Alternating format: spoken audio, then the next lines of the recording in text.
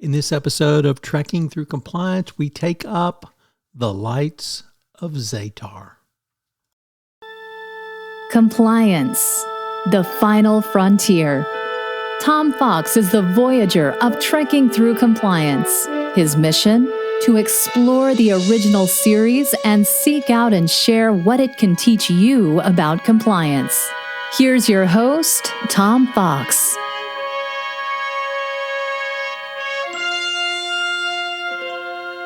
Trekking Through Compliance, Episode 72, The Lights of Zetar.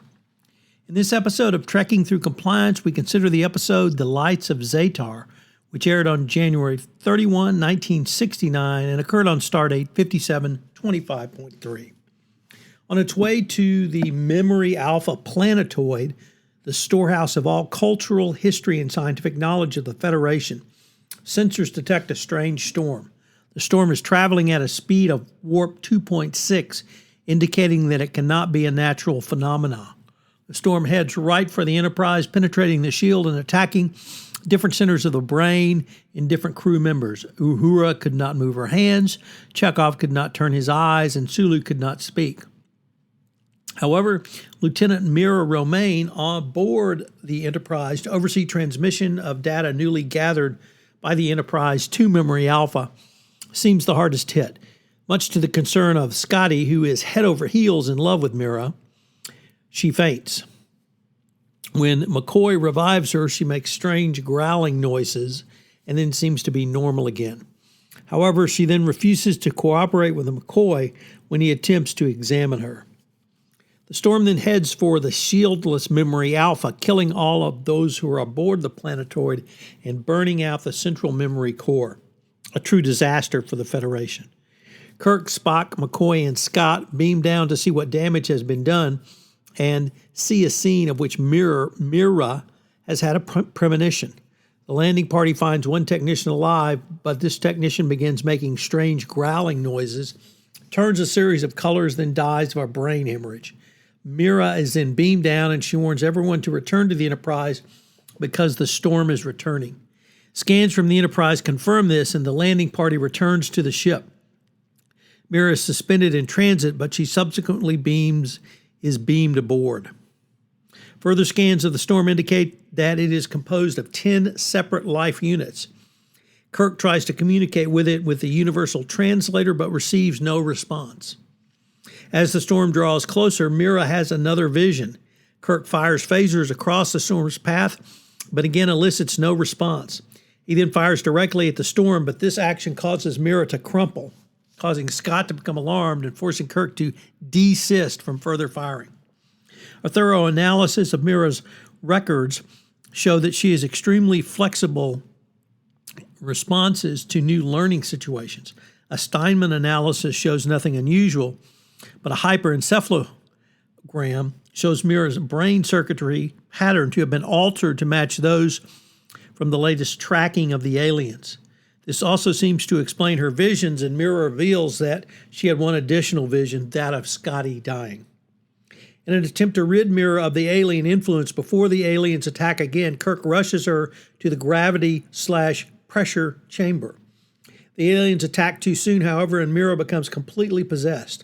Speaking through Mira, the aliens identify themselves as the last survivors of the planet Zetar. They've had to discard their bodies and have been searching for a millennium for someone such as Mira in which they can live out their lives. Before Mira's consciousness can be completely subjugated, Scotty puts her in the pressure chamber. Here, the aliens are killed and Mira is freed. So what's the fun fact for this episode? Well, this episode received absolutely withering criticism for its rampant sexism. Not only is Lieutenant Romaine referred to as girl, or in the Scottish lass by Scotty. Scotty totally dismisses her fears and experience, almost mansplaining what happened to her. I found the calling for her a girl when she's a officer, serving officer, an active duty officer, probably the biggest foobar or faux pas.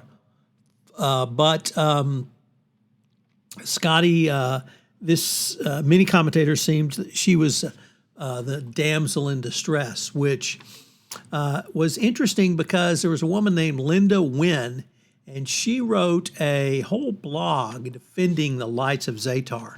It's really too long to quote in this podcast, but I've linked to it. And if you really want to see a point-by-point analysis from another point of view on this, I would urge you to take a look at her blog.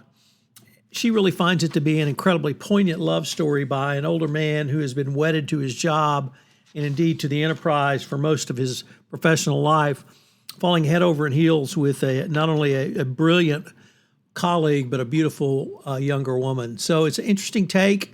I would urge you to take a little time to explore this. Once again, we have some interesting continuity issues in this episode. This was John Winston's only appearance during Star Trek's final season. It is also the only season in which he appears in addition to all 8 regulars, including Christine Chappell. This is the final episode in which a Tellarite and an Andorian appear in the original series. The human-looking female memory alpha technician was originally scripted as being a member of a species known as the Redonians. All the scenes of Scott while Lieutenant Romaine is being treated in the chamber in the medical lab show him with a scientist-style chest insignia with the stylized globe, as Spock and Dr. McCoy would wear, as opposed to his usual spiral on the red duty uniform. Ronald D. Moore once cited this episode as his least favorite installment of the original series, saying it doesn't even have the campy fun of Spock's brain to get you through it. So, as I said before, check it out. It's interesting, and I'd love to hear your interpretation of this episode. So please leave us a comment in your thoughts in the comment section. But it really brings up 3 things I wanted to talk about today, and that is when you have a situation where someone is called a girl at work, that's not appropriate anymore. And how do you deal with that situation? How does that person report sexual harassment or sexism at work? How does middle management respond to that? She goes in and complains that another colleague has called her a girl. Does that middle manager been trained on what they should do? Should they escalate it? Should they take direct action? Should they go have a talk with the person who engaged in the sexism or the sexual harassment? And then finally, how do you triage your complaints? In every reporting system, triage is absolutely mandatory. And this truly is the MASH triage. Is it really serious enough that it needs to go immediately to outside counsel?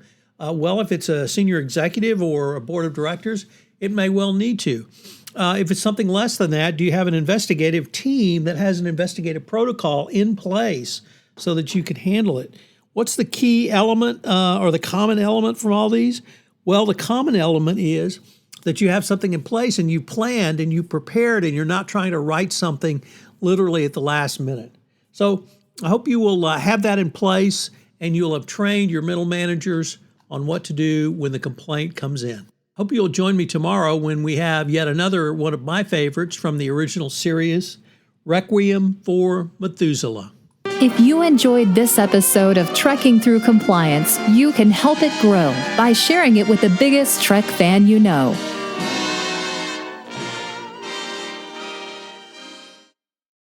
This podcast is a part of the C-Suite Radio Network. For more top business podcasts, visit c-suiteradio.com.